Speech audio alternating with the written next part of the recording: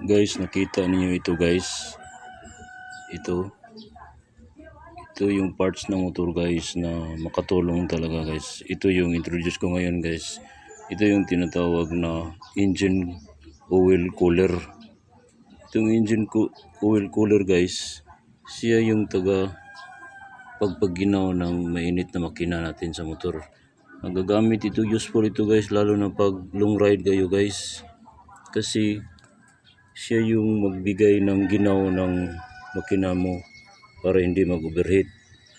Hindi siya mag-overheat guys, mag long ride guys, lalo na sa mga motor na walang model nito guys. Kasi may mga motor na model na wala talagang oil cooler.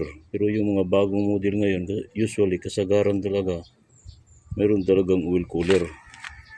May oil cooler talaga guys para mag-stabilize yung engine heat nila. Mag-steady yung engine nila heat.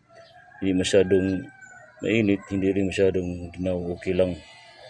So, ito yung mechanism niya guys. Galing siya sa engine guys, dito guys. May dalawang hose galing sa engine.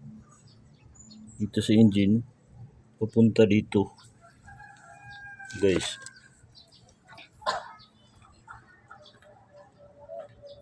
Yung isang hose, dito na madaan yung oil galing sa engine.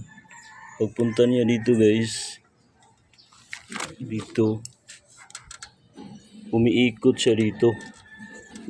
siya, parang may hose din siya dito sa ilalim. Tapos ito yung magpa-process na hindi na siya masyadong mainit galing sa engine na oil. Pag hindi na siya mainit guys, bumabalik siya dito.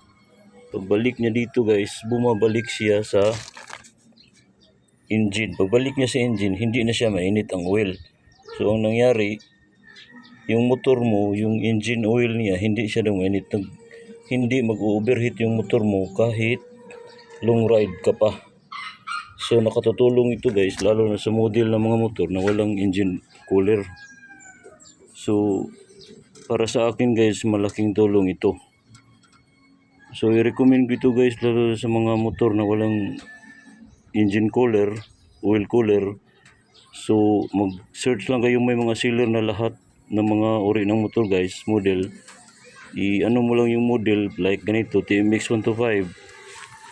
Fit talaga siya dito guys. Fit talaga siya dito. Pag ano mo dito yung mga fittings niya, hindi yung lalabas yung oil. Kasi fit talaga siya dito. So at saka dito.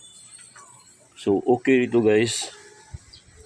Kahit anong model ng motor, mayroong mga sealer na ganito guys, lalo na stick to. Hanapin nyo lang yung mga sealers guys. Malaking tulong ito guys. Salamat. Dito lang muna guys sa sunod. Laking tulong talaga ito. Salamat sa inyo lahat.